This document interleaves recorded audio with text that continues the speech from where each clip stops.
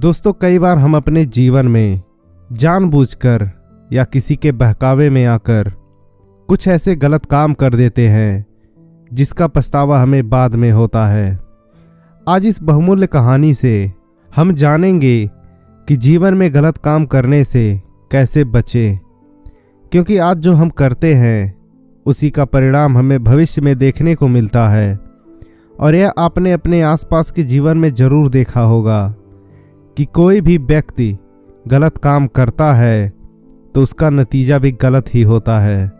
दोस्तों, नारायण पंडित अपने समय के विद्वान व्यक्तियों में से एक थे और काफ़ी पूजनीय भी थे। नगर के बाहर जंगल में उन्होंने अपना आश्रम बना रखा था जिसमें दूर दूर से विद्यार्थी पढ़ने आते थे।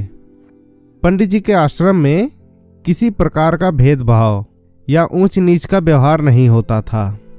राजा का बेटा हो या रंक का, सभी को समान रूप से शिक्षा दीक्षा दी जाती थी। और पंडित जी की एक ही पुत्री थी जो विवाह के लिए योग्य थी। पंडित जी चाहते थे कि जल्दी से जल्दी उसके लिए योग्य वर ढूंढकर उसका विवाह करवा दें और इस फर्ज से मुक्त हो जाए। उनकी बेटी बड़ी सुशील और बुद्धिमान थी और पंडित जी भी ऐसा ही नेक और बुद्धिमान युवक उसके लिए ढूंढना चाहते थे। फिर एक दिन पंडित जी के मन में विचार आया कि क्यों ना मैं अपने सभी शिष्यों को एक साथ बुलाऊं और उनकी परीक्षा लूं। इन सब में जो भी सबसे अधिक बुद्धिमान होगा उसी से मैं अपनी बेटी का शादी करवा दूंगा। दूसरे दिन पंडित जी ने सभी शिष्यों को बुलाया और कहा, देखो शिष्यों, मैं एक परेशानी में फंस गया हूँ। तब उनमें से एक शिष्य ने पूछा, कैसी परेशानी गुरुजी? तब गुरुजी ने बताया, बात दरअसल ऐसी है कि मेरी बेटी विवाह के योग्य हो गई है और आज तक उसके विवाह के लिए मैंने कुछ भी बचा कर नहीं रखा है। अब शीघ्र ही मुझे उसका विवाह करना है, जिसके लिए वस्त्र और आभूषण चाहिए। तब उनमें से एक शिष्य ने कहा, इसमें चिंता की क्या बात है गुरुजी? मेरे पिता नगर के सेठ हैं। आपके आदेश पर मैं हजारों स्वर्ण मुद्राएं लाकर आपके चरणों में डाल सकता हूँ। तब गुरुजी ने मना कर दिया, लेकिन शिष्य कह रहे थे कि आप मुझे आदेश दें। मैं इस राज्य का युवराज हूँ। आपके इशारों पर मैं आपके कदमों में धन का ढेर लगा दूंगा। और इसी प्रकार से बहुत से युवकों ने अपने सामर्थ्य के अनुसार धन देने की प्रार्थना की, किंतु पंडित जी ने किसी का प्रस्ताव स्वीकार नहीं किया और बोले, नहीं नहीं, इस प्रकार मेरा सारा मान सम्मान धूल में मिल जाएगा। लोग कहेंगे कि नारायण पंडित ने भिक्षा लेकर बेटी के हाथ पीले किए हैं। तब शिष्यों ने कहा, फिर आप ही कोई रास्ता बताइए गुरुजी कि समस्या का समाधान कैसे हो। तब पंडित जी ने कहा, शिष्यों, हमें कोई ऐसा रास्ता तलाशना होगा कि सांप भी मर जाए और लाठी भी ना टूटे। तुम सभी थोड़ा थोड़ा सामान जहां तहां से चोरी करके ले आओ, मगर इस बात का ध्यान रखें कि इस चोरी का पता किसी को नहीं चलना चाहिए। अगर दाएं हाथ से चोरी करो तो बाएं हाथ को भी पता न चले कि क्या चुराया गया है।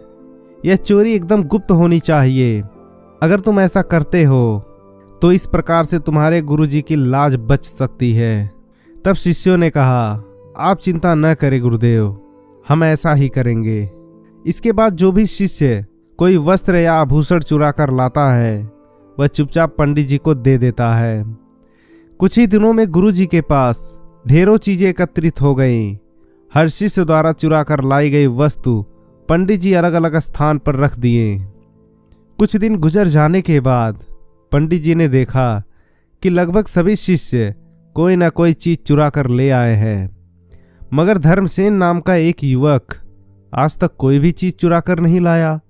इसके बाद पंडित जी ने सभी शिष्यों को फिर से एक साथ एकत्रित किया और उन्होंने धर्मसेन से कहा, हमारे हर शिष्य ने अपनी सामर्थ्य के अनुसार सामान व आभूषण चोरी करके हमें कुछ न कुछ लाकर दिए हैं, मगर इतने दिन गुजर गए लेकिन तुम कोई भी वस्तु चुरा कर नहीं ला सके। क्या तुम नहीं चाहते कि तुम्हारे गुरुजी की चिंता दूर हो?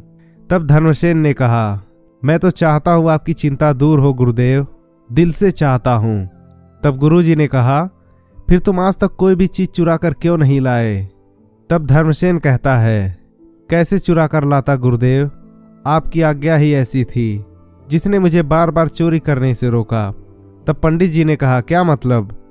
और अन्य शिष्य भी चौंक कर उसकी ओर देखने लग गए कि गुरुजी ने तो स्वयं चोरी करने को कहा, फिर यह किस आज्ञा की बात कर रहा है?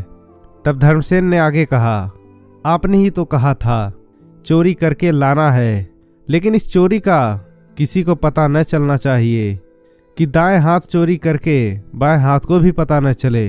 तब पंडित जी ने कहा, हाँ कहा था, मगर इसमें क्या परेशानी है? तब धर्मसेन कहता है, आपने ही तो हमें यह सब सिखाया है कि ईश्वर सब कुछ देखते हैं, फिर मैं ईश्वर से इस चोरी को गुप्त कैसे रख सकता था? बस यही कारण है कि मैं आज तक कुछ भी नहीं चुरा कर ला सका। तब नारायण पंडित ने कहा, धन्य हो तुम बेटे, और शाबाशी से उसके पीठ ठोककर सभी छात्रों के सामने उसे सीने से लगा लिया और बोले, तुम ही मेरे सच्चे शिष्य हो। इसके बाद पंडित जी ने अन्य शिष्यों से कहा, देखो शिष्यों, मुझे इस बात की खुशी है कि तुम सब मेरे आज्ञाकारी शिष्य हो और तुम सब ने मेरी आज्ञा का पालन किया है। मगर मेरे बच्चों, आज मैं तुम्हें एक शिक्षा और देता हूँ। यदि माँ बाप, भाई बहन, यहाँ तक कि यदि कोई गुरु भी किसी गलत कार्य को करने के लिए कहे, तो अपने जीवन में कोई भी गलत कार्य नहीं करना। तुम लोगों की बुद्धि परीक्षा और अपनी पुत्री के लिए योग्य वर ढूंढने हेतु ही मैंने यह सब नाटक किया था। धर्मसेन को मैं अपनी पुत्री के योग्य वर मानता हूँ और आशा है इस पाठ से तुम सभी ने एक नया सबक सीखा होगा। जाओ, अब जो जो वस्तुएं जहां जहां से लाए हो वहां पर क्षमा मांग कर सभी वस्तुओं को वापस कर दो। हम मानते हैं कि धर्मसेन हम सबके योग्य है। हम इसे गुरु जमाता के रूप में स्वीकार करते हैं। सभी शिष्यों ने एक ही स्वर में कहा और धर्मसेन को कंधों पर उठाकर खुशी से नाचने लगे। दोस्तों, आप चाहे कितने भी मुसीबत में क्यों ना हो, लेकिन गलत रास्ते को कभी मत चुनिएगा। चाहे आपके कोई मित्र परिजन ही क्यों ना कहे, हमेशा कोशिश करो कि अच्छाई के पथ पर चलते रहो, क्योंकि बुरे कर्मों को आम भाषा में खोटे कर्म कहते हैं। हम अपनी जिंदगी में जाने अनजाने में ऐसा काम करते रहते हैं जिसके दुष्परिणाम बाद में निकलते हैं या कभी अचानक से सामने आ जाते हैं। तो आओ जानते हैं कि ऐसे कौन से कार्य हैं जिसके चलते आपको बाद में पछताने का मौका भी नहीं मिलता है। दोस्तों, बासी भोजन करना, दक्षिण दिशा में मुंह करके खाना, भोजन के दौरान और बाद में पानी पीना, थाली में ही हाथ धोना, भोजन की निंदा करना, टूटी हुई थाली में भोजन करना आदि ऐसे कई काम हैं जो आपको गंभीर रोग और शोक में धकेल सकते हैं। आप जितना जागते हैं उतना ही सोएं। आप कम सोते हैं और ज़्यादा जागते हैं तो संतुलन बिगड़ता है। हालांकि यदि आप सुबह उठकर कसरत करते हैं तो आपके लिए 4 घंटे की नींद ही पर्याप्त है। टूटे हुए पलंग पर सोने का आदत और पैर पर पैर रखकर सोने या दक्षिण दिशा में पैर करके सोने से आपकी उम्र ही नहीं, आपके भविष्य पर भी दुष्प्रभाव पड़ता है। इसके अलावा बिना पैर धोए बिस्तर पर जाना और देर रात तक जागना उम्र को घटाता है। अक्सर लोग रात में अपने वस्त्र धोकर बाहर सूखने के लिए डाल देते हैं, जो कि वस्तु के नियम के अनुसार इससे व्यक्ति को रोग उत्पन्न होते हैं और दूसरी सुबह सूखने वाले कपड़े पहनने से उसे अचानक विपत्ति का सामना करना पड़ सकता है। और जो लोग खुले में या खड़े होकर पेशाब करते हैं तो यह तरीका आपकी उम्र कम करने के लिए भी जिम्मेदार है। यदि आप घास के ढेर पर या फिर कंकाल पर बैठते हैं तो आपकी मृत्यु नज़दीक मानी जाती है।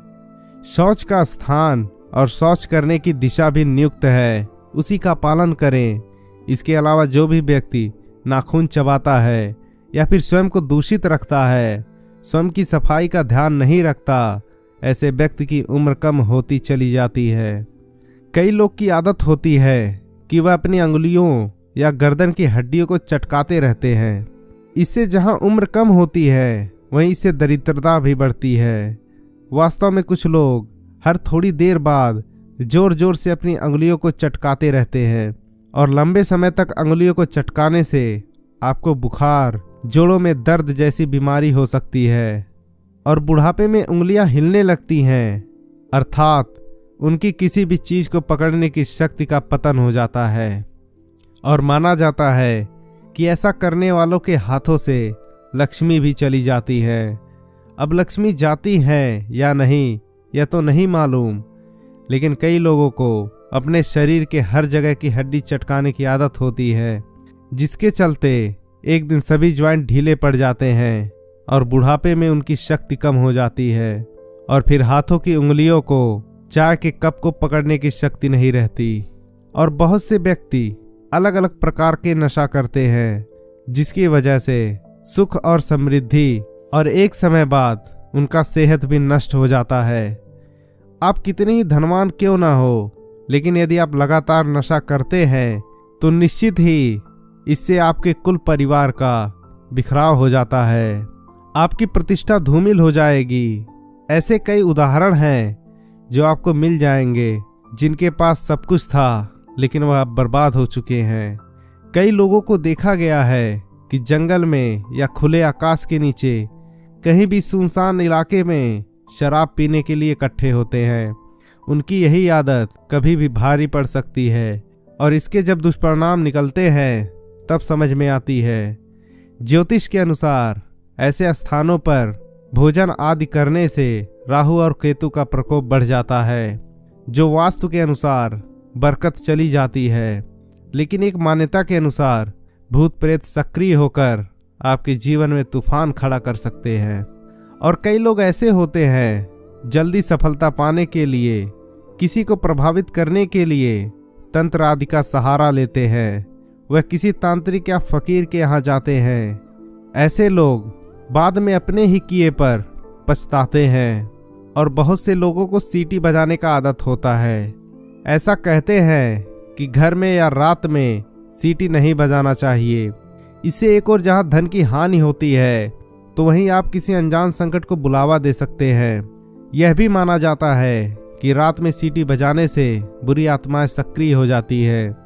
और जो व्यक्ति प्रतिदिन क्रोधित होते हैं वह नशा करने वाले व्यक्ति से ज्यादा खतरनाक होते हैं। क्रोध करते रहने से आपके मस्तिष्क की सभी नाड़ियां कमजोर हो जाती हैं और बाद में सुन्न पड़ने लगती हैं। इससे आपके कुल परिवार का बिखराव तो होता ही है, साथ ही आपको चाहने वाला या प्यार करने वाला कोई नहीं रहता। क्रोध करने के कई नुकसान गिनाया जा सकता है, लेकिन कभी भी व्यक्ति क्षणिक क्रोध में वह काम कर बैठता है जिसकी वह कल्पना भी नहीं कर सकता है। बाद में फिर वह जिंदगी भर पछताता रहता है। क्रोध का परिणाम पछतावा ही होता है। वेद और पुराणों में शराब का सख्त रूप से निषेध किया गया है। आप सोच रहे होंगे कि शराब पीने में क्या बुराई है। ऐसे कई व्यक्ति हैं जो कुछ नहीं होते फिर भी घमंड पाले रहते हैं और लोगों पर जबरन ही रौब झाड़ा करते हैं। ऐसे भी कुछ लोग हैं जो बहुत कुछ होते हैं, उनके पास धन, पद और सम्मान सब कुछ होते हैं और इसी से वह घमंड करते हैं।